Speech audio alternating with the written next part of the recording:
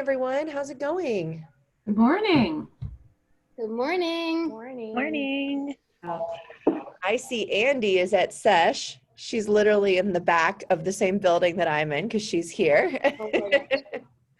Should come sit with you. Are there like multiple conference rooms there? What's that? Are there multiple like conference rooms or phone booths? We've got several little phone booths. We have the podcast room. We have a wellness nook that's a little private room. So yeah, we have a lot of little places that you can go to. So good morning, everyone. For those that I haven't had the opportunity to meet yet, my name is Meredith Wheeler. I'm one of two co-founders of Sesh Co-working. We are a flex workspace located in Houston, Texas, and we are designed completely for working women.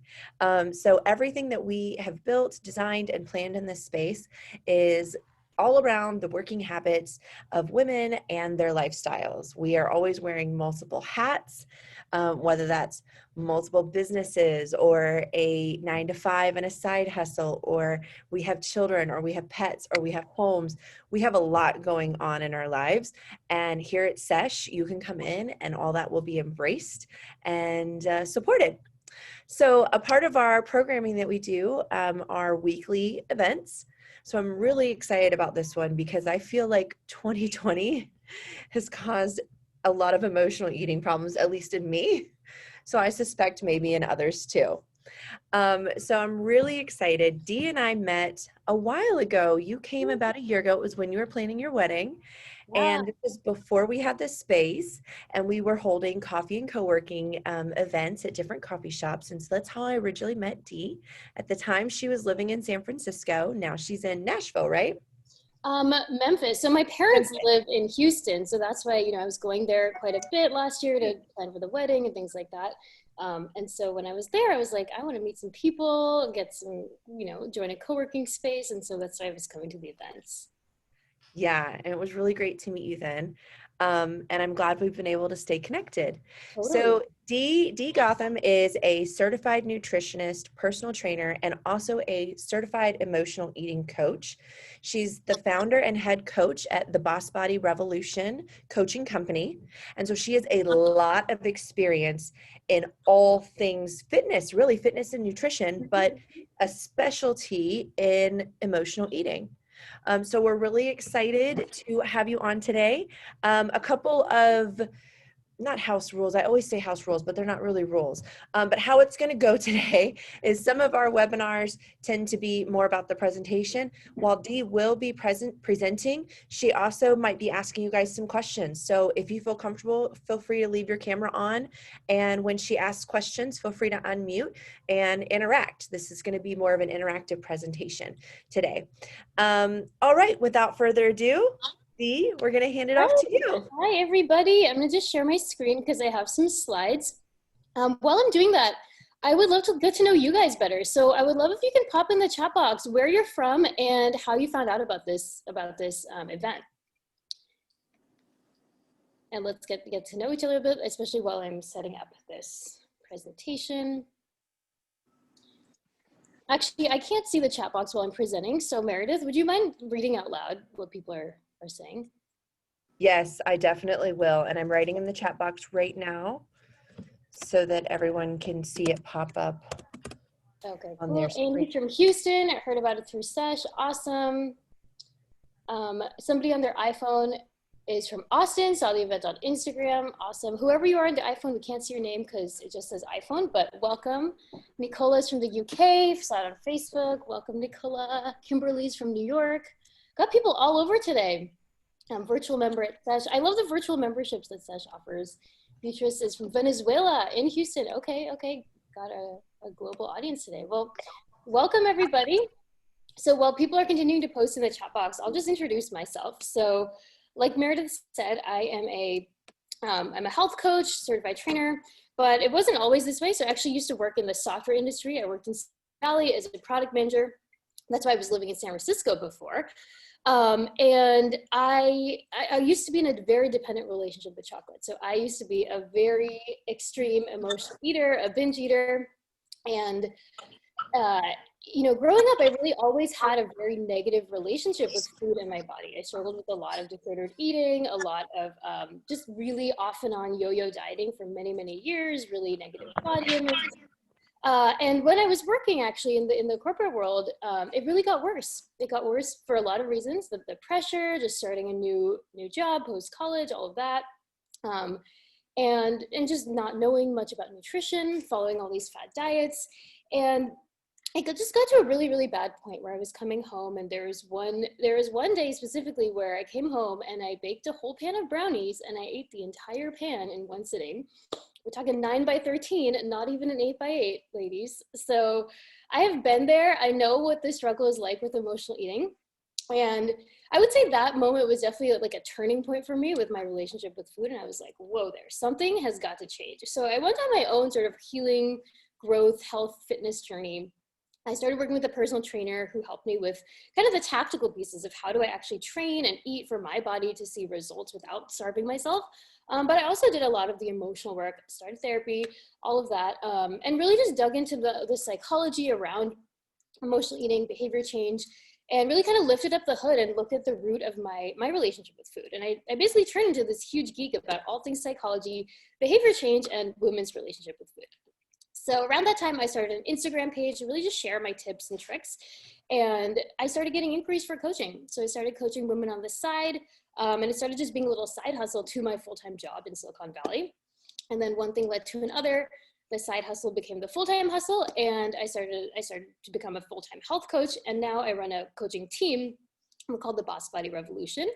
And we work with women all over the world to reach their health and fitness goals, whether that's weight loss, getting stronger, improving their relationship with food, or really focus on both the tactical pieces of like how to do things sustainably, but also the mindset, behavioral, relationship with food pieces. So really pumped to chat with you guys about this topic. This is something that I can literally talk for hours on, but Meredith told me I only have 35 to 45 minutes. So I'm going to try and condense it a little bit for you guys. Another just fact about me is I'm a new doggy mom, and the puppy is right here in the room with me. I don't know if you can see her. She's a Samoyed puppy. So if any of you guys are also pandemic puppy moms, I feel you. So let's jump in.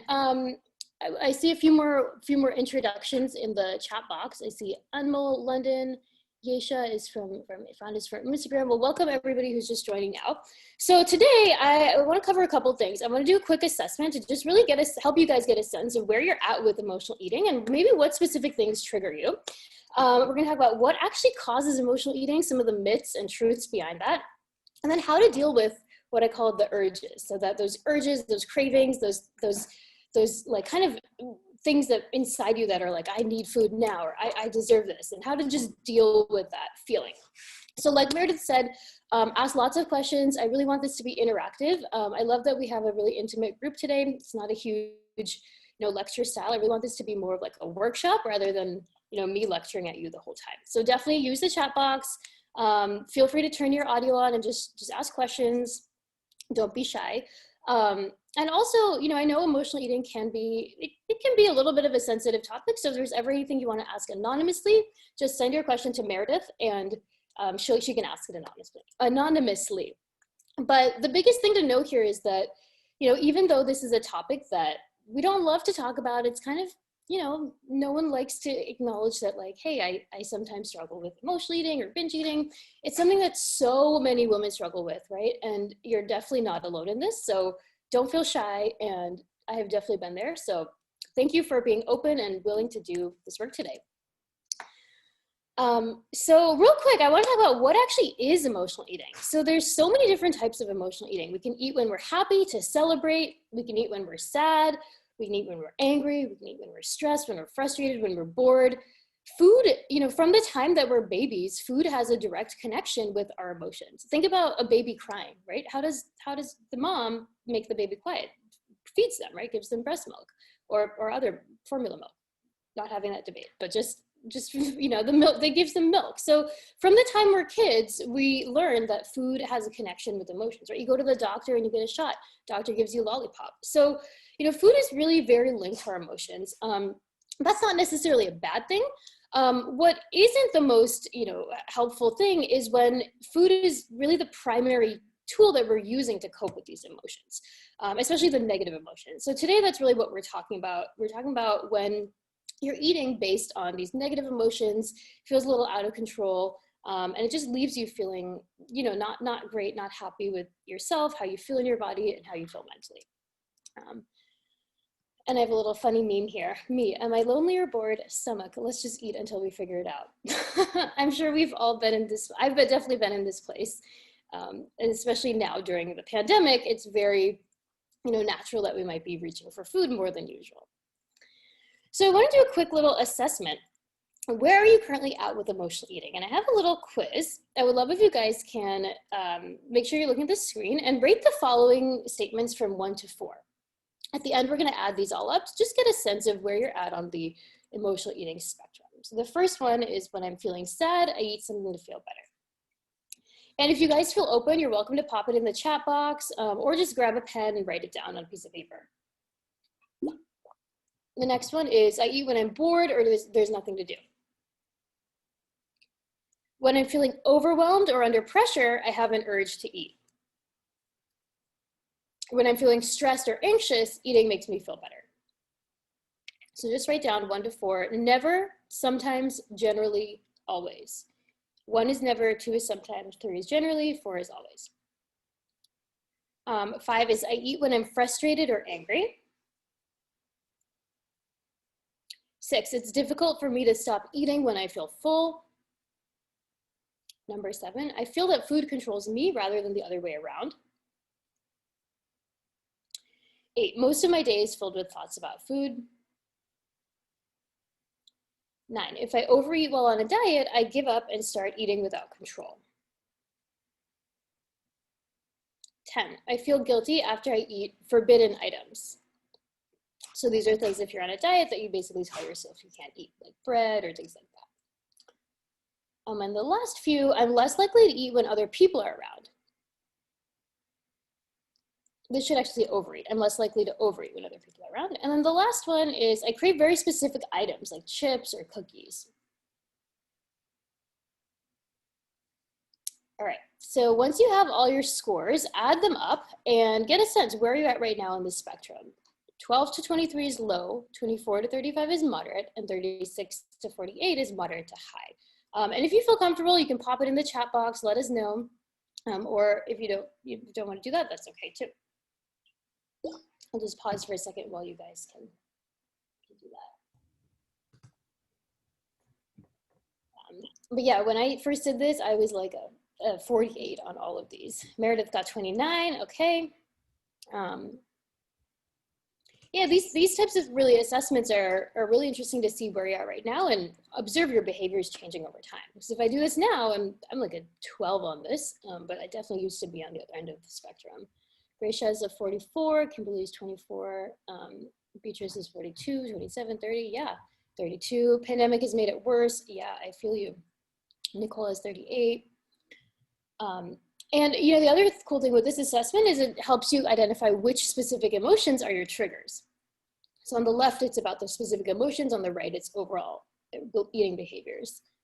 Is it boredom? Is it stress? Is it anxiety? For me, it definitely used to be anxiety and stress. And it was, I had a situation where I didn't even know I had anxiety until it just got really bad. And I was like, oh, this is more than just regular stress, I think. But for me, personally, the boredom was not that big of an issue, but the stress eating, the anxiety eating was way off the charts. But for a lot of other people, it's the other way around. So Millen got 23. Okay, cool. So yeah, we got a kind of range of scores, moderately high here. So, okay. Awesome. So let's talk about what actually causes emotional eating. So I want you guys to pop in the chat box, what do you think causes emotional eating? Or or say it if you want to take your audio off. Feel free to say, what are your, before you came to this webinar, what do you tell yourself after you emotionally eat? What do you think causes it?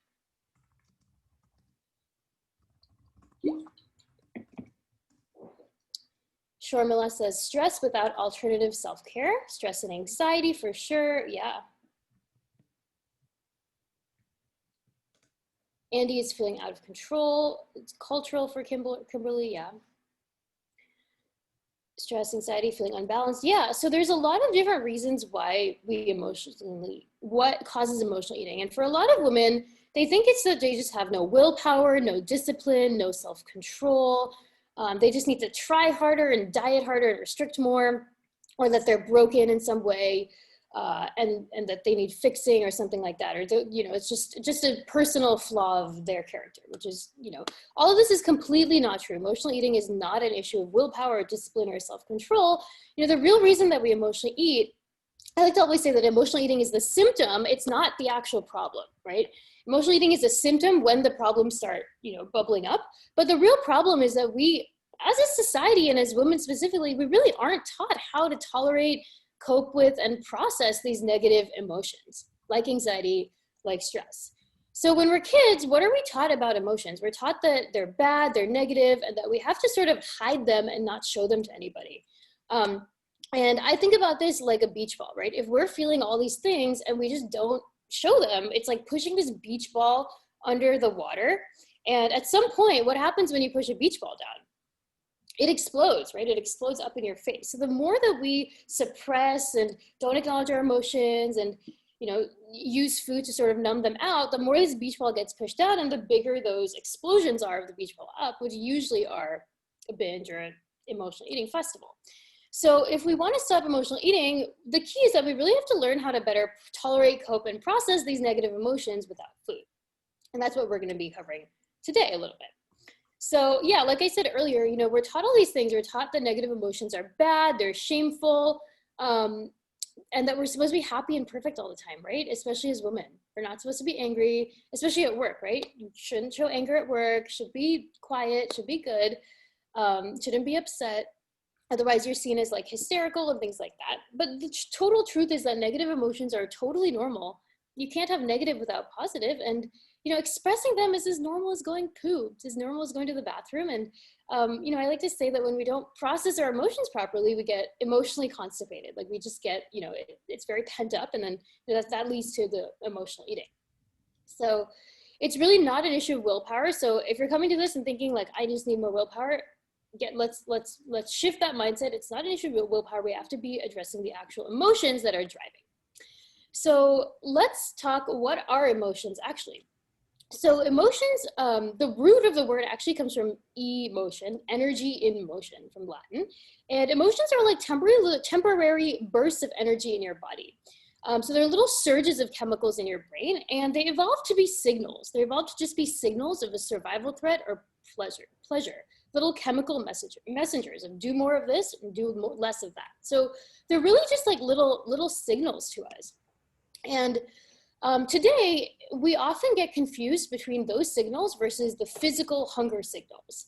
So I'm going to pause and ask you guys, when it comes to emotional hunger versus physical hunger, what do you guys feel are the difference? So for you guys, what does emotional hunger feel like in your body? Like think about the last time you emotionally ate. What did that actually feel like in your body? Pop it in the chat box below, or you can let us know off mute.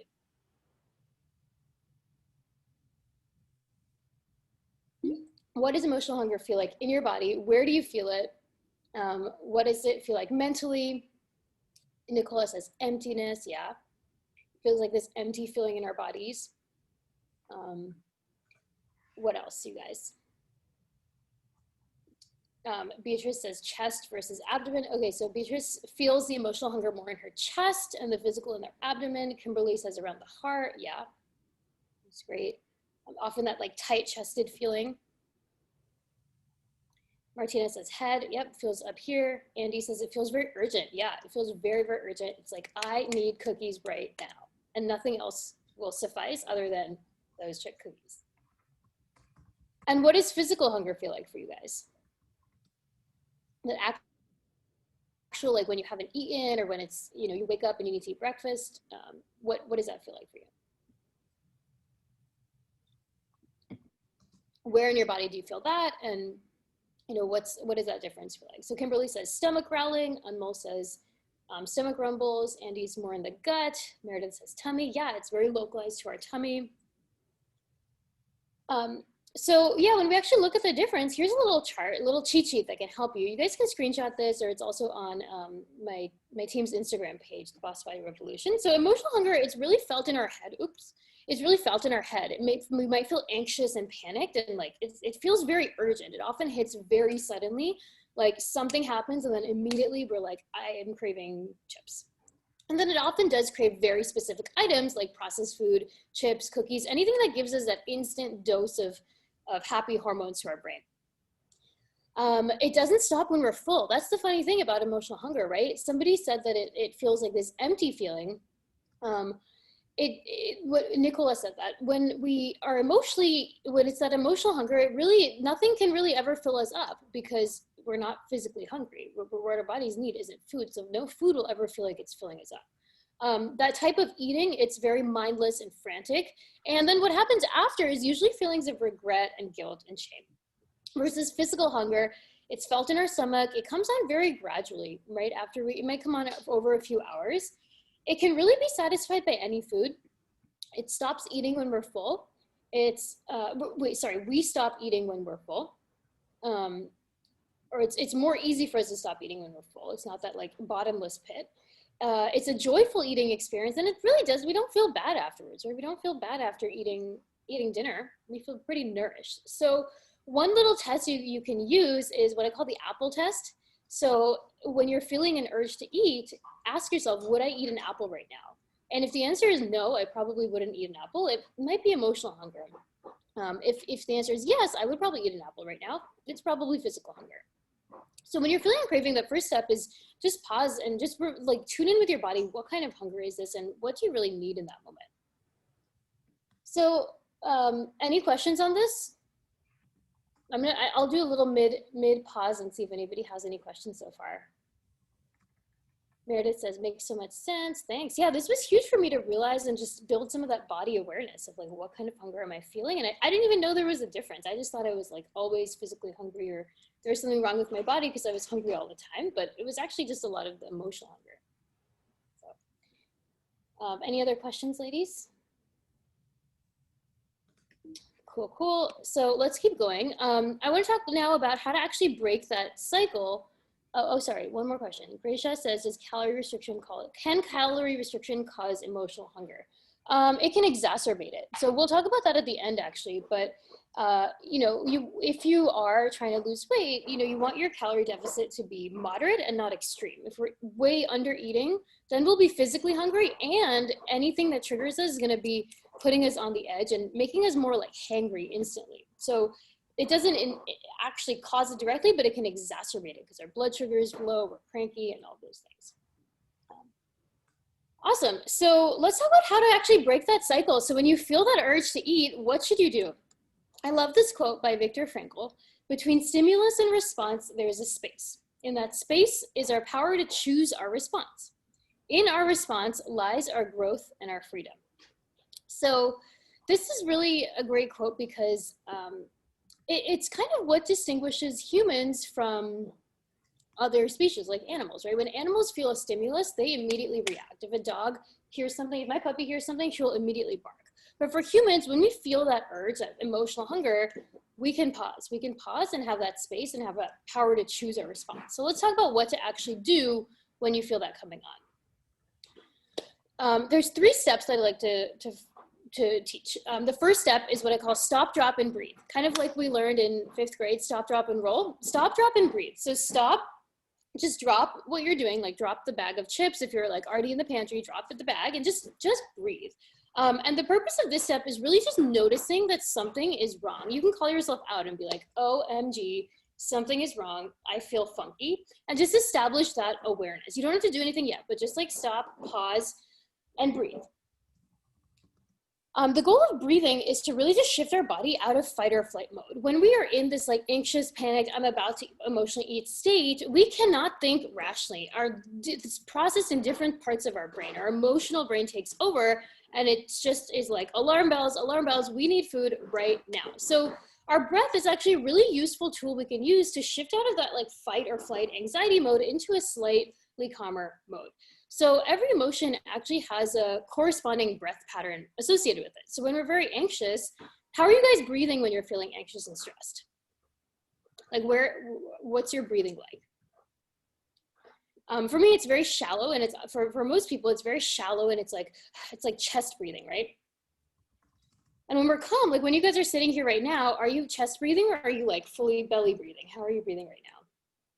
Yeah, it's like expansive. I see people kind of expanding their chest. It's like very big and long breaths. So what's so cool about breathing and emotions is that our emotions affect our breath, but our breath affects our emotions also. So it's this like positive loop that we can actually control. So when we're feeling that anxious feeling and we're breathing very shallow, take a second and just like take 10 massive, deep, full body breaths and just like calm the physical sensation. So I'd love to do a little exercise here. Oh, actually, hang on. And then ask yourself, where in your body do you feel this feeling? So different emotions we feel in different parts of our body. So imagine that feeling is a giant ball of color, like that frustration about your boss. Imagine it's a giant ball of color. Give it a color. It doesn't have to be orange like on this diagram, but give whatever color it feels right for you. And imagine it's just in your body. And then with your breath, imagine that ball of energy being pushed out of you with each breath. So I want to do a little breathing exercise with you guys. Are you guys, are you guys open to doing this together? I see some nods. Okay, so a little breathing tool I like to use is what I call breathe, hold, breathe. Some of you guys might have practiced this before in like breathwork or yoga classes, but it's just a very easy little breathwork tool. And it's basically you breathe in, hold for 5 seconds, and then exhale and count to 10 on the exhale. So really focus on lengthening your exhale. And I want to just do 5 of these together so you can really get a sense of what that actually feels like and how much more amazing you feel afterwards. So if everyone can just take a second and close their eyes and just shake out some of that stress energy that you have. Okay, take a giant deep breath in. And hold at the top for 5 seconds. 1, 2, 3, 4, 5. And now exhale and really lengthen that exhale. 1, 2, 3, 4, 5, 6, 7, 8, 9, 10. Awesome, we're gonna do 4 more of these, so 5 total. So inhale,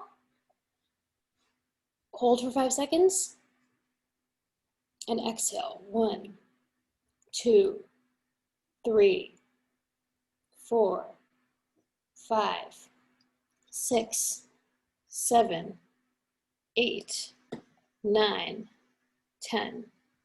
Awesome, now inhale.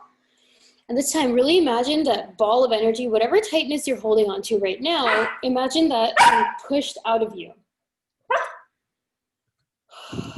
All the stress for today, sorry. 1, 2, 3, 4, 5, 6, 7, 8, 9, 10. Okay, inhale. Pause for 5 seconds. Exhale.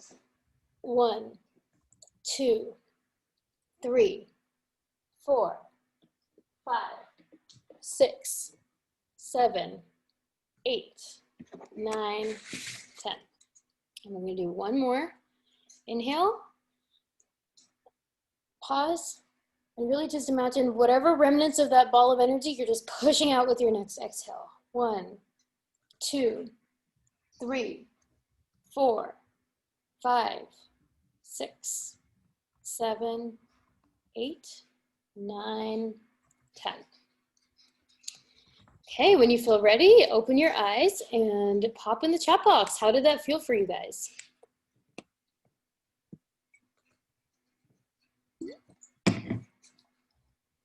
Your breath is one of just the most powerful tools that you can use whenever you're feeling anxious. Risha says relaxing, fulfilling, exhilarating. Yeah, it's grounded. Oh, I love it. Martina says makes you want to smile suddenly. Amazing. Yeah, your breath is just one of those tools that like you always have it with you and you don't have to go do anything. You don't have to go make a bubble bath or anything. Literally using your breath could just take your body out of that fight or flight mode. So think about how good you feel now. Imagine if you do this in that moment when you feel like you're about to emotionally eat. How amazing could that feel? So just try it for 5 breaths, make it something super, super easy that, your brain cannot fight you on. I know that for some of us, when we think about meditation, it feels like this big thing of like, oh, like I don't want to do it, it's boring. But tell yourself, I'm just going to do 3 breaths or 4 breaths, like something really, really small that doesn't feel like a huge task. Okay, so once your body is just out of that fight or flight mode, then you can think a little bit more rationally and you can take control of what you're feeling. So here is a fun tool called the feeling wheel that actually helps you name your emotions. So there's so many emotions, more than just happy and sad. There's so many. So if you can take a look at the screen, if you're watching this as a recording, take a look at the screen. And in that moment, just ask yourself, what am I actually feeling right now? Can you name that emotion? Naming our emotions really helps us take control over them and helps it go from inside of us, like controlling our minds, to outside of us. It's like, okay, I have this thing and it's temporary. Think about when you're sick, right? Think about when you have the flu.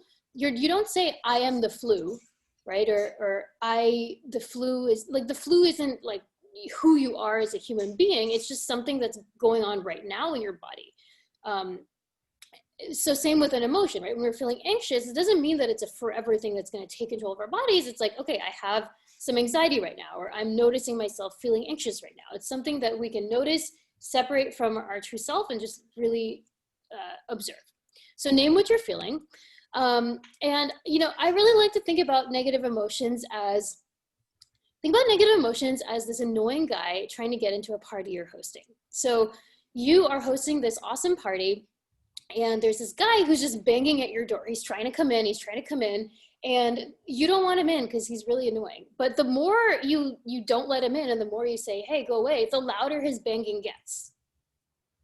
But if you open the door and you're like, you know what, I don't like you very much, but I'm going to let you in, he'll come into the party and he'll go into the corner and mingle with some people, and he won't bother you as much. So it's the same with negative emotions. When we resist that emotion, we're like, I am not feeling anxious, I'm not sad, I'm not allowed to be sad, it just gets worse and worse and worse. What we resist persists. That beach ball just gets pushed down and down and down. So when we can name it and just accept that part of us and be like, okay, hey, I see this part of myself that's feeling really anxious right now. Let me just accept that, let her into the party, and allow her to be seen and heard and validated. We don't have to love her. We don't have to love that annoying guy at the party, but we can let them into the house and just, make it not as persistent. So we want to really focus on acceptance and allowing that part of us that's crying to be seen and heard. Because remember, emotions are messengers. There's something needs tending to, and we need to listen to that piece of us. So that's really the next step. What do you really need? And ask yourself this question, framed this way. What do you really need, love? Kind of like think about how you might talk to one of your kids or your pet or somebody who you just really love. Like, what do you really need right now, honey? Ask yourself that. If hunger is not the problem, food will not fix it. Like we said earlier, if it's emotional hunger, you're gonna be hungry even after eating the chips. So food is not going to fix it. So what are you really feeling? Use that feeling wheel. You can Google it, or I'm gonna actually send it out in a packet after. I think Meredith's gonna send the slides as well. And what do you really need right now? Is food gonna give you that? What else can you try to give yourself that? Again, these are things that we have to use our sort of rational side of our mind to think about. And the only way we're going to do that is if we use that breathing, get out of the fight or flight mode. It's really hard to think about these things logically when we're in that anxiety state. So use your breath, calm the anxious mind first, and then figure out what am I going to do about it. So here is an example of some tools you can use when you're feeling down. So depending on what you need, there's so many things that can give us it can fulfill our emotional needs. So if we need some stability and grounding, so if we're feeling very stressed, overwhelmed, and anxious, we might need some stability, we might need some grounding. So there's certain things that we can do that give us that feeling, like walking outside barefoot, some hot tea, journaling, exercise, meditation, sleeping, eating a nourishing meal, cleaning our room. Like our environment plays a big role in how we feel. Put on your favorite music, watch a funny TV show, dance. If it's something where we need some love and connection, maybe we're feeling really lonely and you're using food to comfort that loneliness feeling, call a friend, write a letter, hug your partner or friend. Before COVID, we could have done that, but now find, if you can cuddle a pet, cuddle a pet. If it's emotional eating from a place of low confidence and insecurity, like oftentimes when we feel bad about our bodies, it leads to this feeling of just kind of feeling really bad about ourselves and shame and body shame. And sometimes what we need is a little confidence boost, a little significance boost. So write a gratitude list, write a success. I like to write a success list. So what are some things in your life that you're just so proud of yourself for? Let's say you have, for example, you have a really rough day at work and it just makes you feel a lot of imposter syndrome, makes you feel very insecure about your abilities. Write down a success list. What am I actually just super, super awesome at? People are saying this is so good. Awesome. Yeah, I'm glad you're finding it helpful. You can take a screenshot of this or it'll also be sent out after for you to use. I would love if you guys, as I'm saying these things, what are 3 things that you can have in your toolbox that you can actually get behind? And don't say meditation if you definitely feel like you can't do that. I know some people can get behind it, some people can't. Or for example, cleaning your room, right? If that's just doesn't feel realistic for you to do in that moment, what of these things does feel very realistic that you can do? And I'll keep going through as you guys are typing them. Type 3 in the chat box, so like 3 tools in the back of my pocket. Going down on the confidence and significance list, one thing I love having clients do is write down 10 reasons why your friends value you unrelated to your body. Think about the woman you admire in life, right? It has nothing to do with their bodies. Their body has no relationship to why you admire them or why you value them. So if the emotional eating is driven from a place of just body fear, body anxiety, write down 10 reasons why you value yourself or your friends value you that have nothing to do with that. Sometimes emotional eating can just be boredom. And what we need is a little bit of stimulation mentally, especially now during COVID, right? How many of us are struggling with boredom eating during COVID? I know for me, it's so tempting to just wander into the kitchen and eat something, especially because I'm at my in-laws' house right now. There's all these new snacks around and my brain is just looking for that novelty feeling because I'm so, not seeing friends, things like that.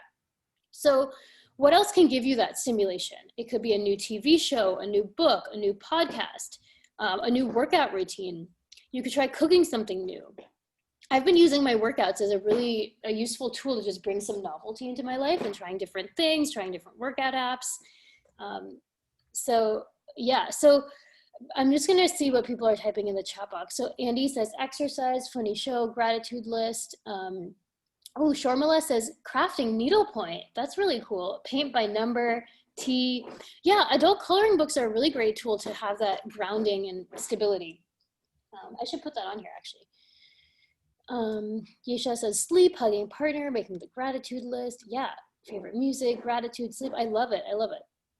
The thing I really want to stress you guys is that we can say all these things now. In that moment when we're feeling that anxiety, in order to actually do these things, we have to calm our brain first and get out of fight or flight mode first. So use your breath first, and then once you can think rationally, then you can actually take the actions. Andy says, if you're single, you can always give yourself a hug. Yeah, love it. You could even hug a pillow or something too, if you want the physical something to hug. But yeah, I've been doing that in COVID. It helps. Cool. So I love that you guys are brainstorming these things. Definitely keep thinking about this and really make it as easy as possible for yourself to execute on these things. If you say that tea is one of your emotional eating, it's in your tools, like it's in your toolbox, make sure the tea is easy to access. Put it on the lower shelf in your pantry. Maybe even put the tea bag in a mug so it's ready to go when you're feeling that anxiety, especially if it's happening very often. In order to change behaviors, we really want to make sure the new behaviors are as easy as possible to execute. Awesome. So, okay, so those are the 3 core steps. A fun bonus one that I love teaching my clients and my clients actually very much resonate with is name your binge voice. So name that voice in the back of your head that's telling you, you deserve it, you deserve some cookies, one bite won't hurt, it's gonna make you feel better. Naming that voice can actually help you have more power over it. So my voice is named Ursula. So when I'm feeling stressed or anxious, Ursula creeps in and she's like, come on, one bite won't hurt, chocolate will make you feel better. So for you guys, what is something you can name your binge voice? Meredith says the Tasmanian devil. I love that. Yeah.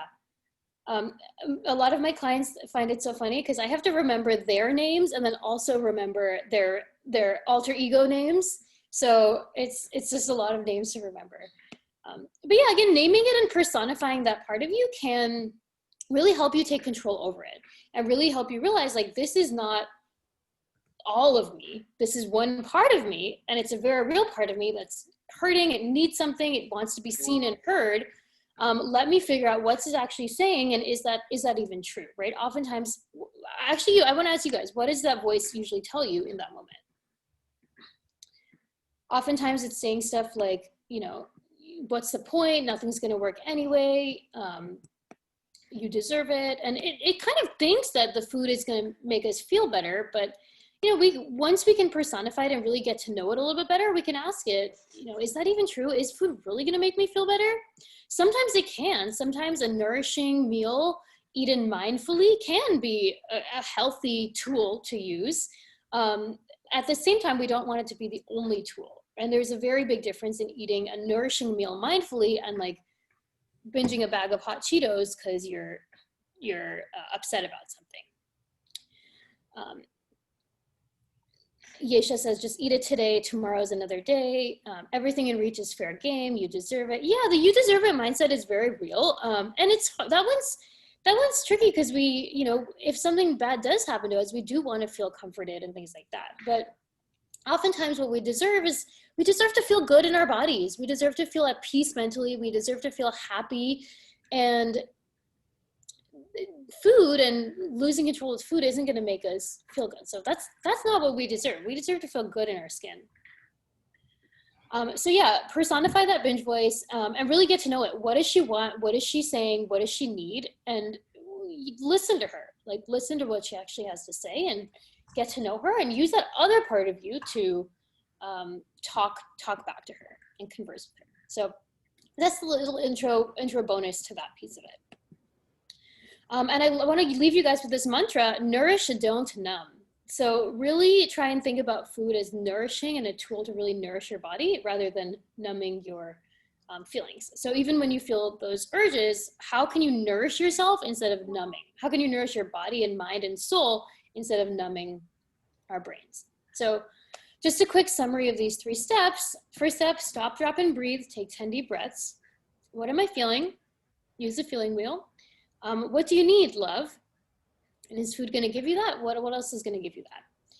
And then bonus, just name that voice and have a little dialogue. So some of my clients, what we do is I have them journal. So when they feel those urges, they write down what is Ursula or the Tasmanian devil or whatever it is saying to them. And then on the other side, what can they say back to it, and what is the actual truth there? So that's the piece on emotional eating. I want to just make a quick note on nutrition, though, because somebody asked about this earlier, and nutrition is actually very, very important when it does come to emotional eating, because we don't want to get to that hangry place when we are starving and haven't eaten lunch, and we're stressed, and we're sad, and we're frustrated, and the kids do something, and you know something triggers us. Then we just get to that hangry state, and it's the perfect environment for a binge. It's like all the right ecosystem in our body to like go nuts with food. So we really want to be eating regular balanced meals throughout the day so we don't get to that point. Here, this isn't a nutrition seminar, so I'm not going to go too deep into the nutrition, but I do want to talk about just how to put together a more balanced plate. So you can use this template to put together a balanced plate. Just make sure every plate has some protein, some carbs, some healthy fats, and then some veggies or fruits for some fiber and micronutrients. When we eat meals that are primarily carbs, it can spike our blood sugar, make us crash, and then we're hungry a few hours later, and then we're hangry, and then it again leads to that perfect environment. But if we're eating some meals with protein, a little bit of healthy fats, then it keeps us full, keeps that blood sugar stable, and then we can, again, think a little bit more clear-headed when we are feeling emotions. So, like I said earlier, very restrictive dieting can actually often make emotional eating worse.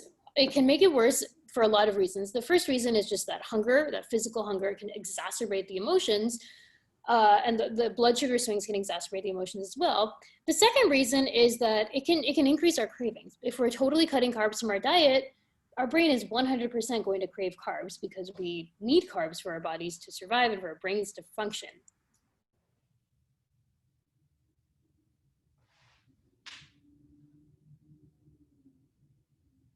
are weight loss. You don't need to totally cut out food groups entirely for that to happen. The other reason that very restrictive dieting can make emotional eating worse is that it's very easy to trigger an all or nothing mindset with that. Like, I'm either super on my diet or I'm super off and I'm totally binging, and we're swinging between these extremes. And it's very easy when we feel those urges to emotionally eat to make it go extreme and to swing. It can also lead to a lot of just kind of shame and guilt around food, especially if we've cheated or if we've been bad and things like that. So having a good relationship with food, it comes from really understanding nutrition, not fearing random food groups, and really using a healthy, sustainable approach to your changes. Awesome. So next steps for you guys: start observing that voice. Start observing Ursula, or whatever your name is. What triggers her? What specific emotions are triggering for you? And when you feel those coming on, start utilizing those 3 steps to bust a binge. Ditch the restricted diet, start eating more balanced meals. That is one thing you can start doing today. Make sure that all the meals that you're eating have some protein in them, a little bit of carbs, a little bit of fats, and some veggies. And then I also have actually a free End Emotional Eating toolkit with more notes on this, and it's kind of a summary of what we talked about. I'll send that out after we chat, and we'll also be sending out the slides. And then we'll do a Q&A, but just so you guys know where to contact me. So follow me on Instagram. I'm super active on there. Would love to chat with you. Send me a DM. Let's connect there. I have my page, which is D_Gautham, and then my company's page, which is the Boss Body Revolution. We post lots more tips and lots of great content. If you want to email me, I didn't put my email here, but it's d@bossbodyrevolution.com. So you can message me there. I'll send out an email as well, so you can have my email address. I think Meredith will send it too. And then if you want to work with me and my team, we are currently enrolling for our fall coaching spots. If you do have health goals you want to accomplish, if you want to really go deeper and take the next steps with your relationship with food, you can check out my website and apply for coaching there. Or you can always send me a message if you have questions and want to chat more about that. Awesome. So I'm going to stop there. I'm going to open the floor to you guys. What questions do you have? What more do you want to talk about regarding this topic? Actually, I would love to know, what is one main takeaway you took from this that you're going to start applying? Pop it in the chat box. And then if you also have questions, type those in the chat box as well. Yesha says the toolbox is awesome. Beatrice says, yeah, feeling wheel. The feeling wheel is so cool, isn't it? I had no idea that existed. And I just thought it was like either anxious or happy or sad. I thought it was just a few emotions. Gracia's tool is going to breathe. Kimberly says, naming your voice, breathe. Milan is going to use the apple trick. I've also heard the apple trick, also called the broccoli trick, or the broccoli test. Am I hungry enough for a plate of broccoli right now? Nicola says, the annoying guy at the party. Yeah, that's a really fun analogy. Not fun, because negative emotions aren't fun, but it's a funny analogy, I guess. Andy says, emotions are messengers. What needs tending? So good. Yeah. And feel free to pop questions in here too, or even take yourself off mute and ask questions verbally. You don't have to type them. Dee, I just want to say that this was amazing. I'm actually an anxiety coach, and a lot of my clients actually struggle with this. Oh, no way. Okay. And also emotional drinking, right? Like alcohol as a coping mechanism, alcohol is like an emotional release, right? Which, I mean, we all love our glass of wine, but I feel like all of these just can be utilized in so many ways. So this is great. Thank you so much. Yeah, I would love to connect more. I'm sure there's a lot of overlap in like anxiety coaching and emotional eating. Definitely all emotions and feeling based, right? Like we're just not taught to recognize our emotions, and it's an ongoing practice for everybody, myself included. So this is good food for thought. Yeah. Especially because negative emotions never go away, right? They literally will never, ever go away. It's tempting to think of like, oh, I'm just in a very stressful period right now. But even next year, we're still going to feel happy. We're still going to feel sad. We're still going to get upset about things. It's just how can we build more tolerance around that rather than shoving them down? So. Absolutely. Yeah. What other questions do you guys have? Thank you guys so much for coming. It was awesome to see you guys, especially I see a lot of people from my audience on Instagram here. So welcome, ladies. I see actually see one of our clients here too. So Yesha says, it seems that I start off with a proper mindset, and as the day goes on, by evening, my emotional eating peaks. Is there a way to keep the momentum from the morning? So some of that is natural because as we go through the day, we get more and more stressors, and it sort of depletes our willpower. So I would say, and our self-control muscle. So I would say, Yesha, try to use that breathing. And, at the end of the day, when we are tired and we're exhausted and we don't even want to think, just pause and do a little bit of breathing to sort of reset and refill your cup a little bit so you can think more clearly. And also do what you can to set yourself up for success moving in the evening. So if you need to meal prep a little bit the night before or on the weekends, do that. If you need to change up your environment, if you have a lot of triggers in your environment, like a lot of snacks, a lot of chips, if the chips are laying on the counter and they're easy to access, make them a little bit harder to access. So when you are tired, you have to just think a little bit more to get them. So if we want to change our behaviors, we want to make the new behaviors really easy and the old behaviors really hard.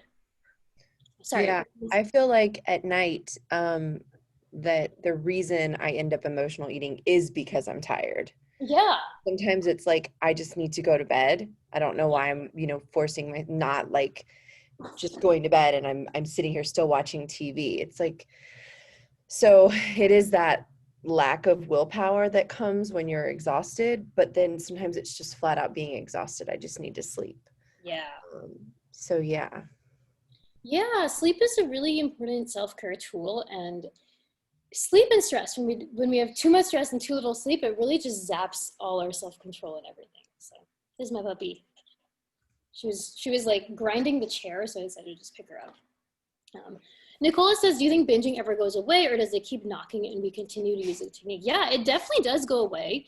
And, I used to struggle with very bad binge eating, and now I really don't feel those urges at all. So any sort of changing to our behavior or mindset, we can think about it like driving a new car on a dirt road versus a highway. So right now the binging is like you're driving this car down the highway. The pathways in our brain are very, very fast. It's very easy to do. And the other pathway, the new behaviors, are like this dirt road. And every time we do it, it's a little bit high effort. We have to like take the car and, push it along the dirt road. But the more we do it, the more that this dirt road has like new grooves in it, and the easier and faster it gets. And pretty soon we're driving the car down this road like super, super fast, and that turns into a new highway, and the old highway starts to grow grass over it. It starts to deteriorate, and we just haven't used it in a long time. So it definitely does go away, and we can rewire those like highways in our brain with our behaviors, behavior highways. Yeah, this is Mia. This is her name. Okay, Dee, this has been helpful. Sorry. Oh yeah. Just one question for you. I know for me with binge eating or just eating generally, there can be a lot of shame. And I'm just curious if you have any specific suggestions as far as like overcoming that. Yeah, that's a really great question. Because there is so much shame associated with binge eating and just eating behaviors in general. And shame is one of those emotions that causes us to just sort of freeze up. There's like, our nervous system has different states. There's like rest and digest, which is hopefully what we're all in right now, and just chilling, fun mode. Then there's the fight and flight, and then there's freeze, which is often triggered by shame. So the first step, I think, is just acceptance. And like, I think a lot of these tools here can help with just accepting those feelings and like letting that guy into the party. And instead of being like, oh, this is like some ugly part of me that I don't even want to look at, just slowly start to like crack the door open and be like, okay, this is going on. I don't love it, but it's there. And the more we can do, the more we can like sort of crack that door and be like, okay, this is here and I see it and I don't love it, but it's there. And it's not this like thing I'm hiding. It's just this thing I have. And it's kind of like, it's just one part of us. Does that kind of make sense? I think just more acceptance and like compassion, really. Like imagine that part of you is like this little kid and just giving it a hug. Just being like, I got you. I hear you. I see you. Something's wrong. You're sending me a message. I got you. You're not this like ugly, dirty, shameful thing. You're just a piece of me that's sending a message. You know, the other thing is, yeah, like Kimberly says, acknowledging that we all struggle with it. It's so, so common. Emotional eating is the #1 struggle I hear from women, and binge eating. I kind of am using those terms interchangeably. There are some differences, but for the purpose of this, just using them interchangeably. But yeah, it's so common. And I think the more you realize that like you're definitely not alone in it, that helps dissolve some of that shame as well. Hi, Dee. This is Millie. Oh, hi. I guess I just want to say, I mean, this was very informative. I just feel like working all day from home, and then I have a 3 and a 5-year-old and also a puppy. And I just feel like at the end of the day, once the kids are gone to bed and everyone's settled, I kind of like a zombie. I walk to the pantry, like I'm rewarding myself for getting through the day, and I'll, grab that and just, zone out and eat, even though I don't really need to eat, but I do it because I don't know, I'm rewarding myself for making it. Yeah, that's a very real thing. And it's hard, right? Because we have all these things going on, and we probably do have very hard days, especially during the pandemic when there are all these stressors around. And we do want to reward ourselves after a long day and just kind of feel good after a long day. So there's 2 things here. I would ask you first, like, how can you treat yourself without food? Like, what are some other things that bring you joy and happiness? Right. Do you have any that come to mind? I mean, I definitely like to, put on a podcast or something and walk for a long time and just be away from my kids, away from my husband. But sometimes just with, whatever time it gets to, sometimes I'm not able to. But yeah, I definitely do need to come up with other activities I can do once the kids are gone to bed. Yeah, I would try like coming up with some alternative ideas. And then also you can try and sprinkle those during your day too, so that your daytime is really fulfilling. So then by the time you get to night, it's less of like, I had such a crappy day, I deserve to treat myself, and more of like, this day was actually pretty fulfilling and I don't really feel like I need to treat myself. Yeah, a good idea. And then the last thing I'll say is that like, if you want to try using food at the end of the day, there's nothing like inherently wrong with that if we're doing it with a healthy mindset. So if you are going to use, some ice cream or like a little, I like to do, have you guys heard of yasso bars? They're like little Greek yogurt bars. I love them. You can get them at most grocery stores. They're little like Greek yogurt bars. I like to do one of those and just eat it very mindfully, just enjoy the experience, be very present with it, rather than like kind of the inhale and just zombie land. So if there are ways to do food and treat yourself with food a little bit more mindfully, because food does bring us comfort and pleasure and joy. There's nothing wrong with that. We just want to make sure that we have other tools as well.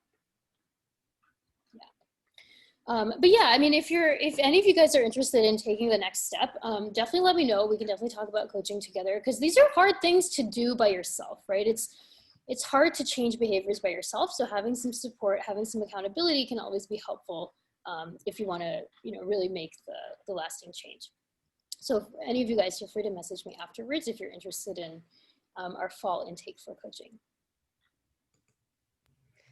And also, I just want to pop on and say, it looks like some of you are looking to further connect outside of the webinar. So if you would like to connect with others, someone has already put in their Instagram handle. If you want to throw yours up, I'll throw ours at Sesh Co-working up. It would be a great way to connect. Yeah. Somebody else says, I do that with alcohol and feel shame. Can I just say one more thing about the shame and then before wrapping up? Of course. Yeah, so I think with the shame, for Beatrice and whoever else asked that earlier, what was your name? Who asked that earlier? The Zoom isn't showing your name. Andy asked it earlier. Andy, okay. Yeah, the other thing there is neutrality. So this state of like, we don't have to love the fact that we did these things, but we also don't have to hate it either. There's a middle ground where we can just be neutral and be like, okay, this happened and it happened, the end. I like to teach clients this with their bodies too. Like, we don't have to always love the way our body looks all the time, but we also don't have to hate it either. Sometimes it can just be a body. Like, instead of I hate my thighs, I have thighs. They are thighs. Just plugging my computer in. But yeah, sometimes the neutrality and just getting to that middle ground can help help make it feel less extreme. So yeah, that's all I have to say on that. Okay, I'm just gonna grab people's Instagram handles here so I can connect with you guys after. But great to meet everybody. And Meredith, you'll send out an email after with the slides. Yes, so it takes a little bit of time to upload the video. So usually the email goes out with the recording and slides, usually 2 to 3 hours after the end of the event. Okay. And yeah, it'll have Dee's contact information on there if you have further questions or you want to inquire more about maybe joining her in a more formal way. And we're so thrilled that everyone could be here. Thank you, Dee. This was very, very informative. I think this has probably been one of the best nutrition-based classes I have ever been on. So I loved it. Thank you so much for doing that. Yeah, I really appreciate that. Yeah, it was great to connect with everybody. Thank you guys for being here. I'll also send out an email as well with the emotional eating toolkit if you guys want to go a little deeper into that with more info as well. So thanks so much for taking your time and coming today. All righty. Thank you all. Thank you. Bye. Bye, everybody. Bye. Thanks so much.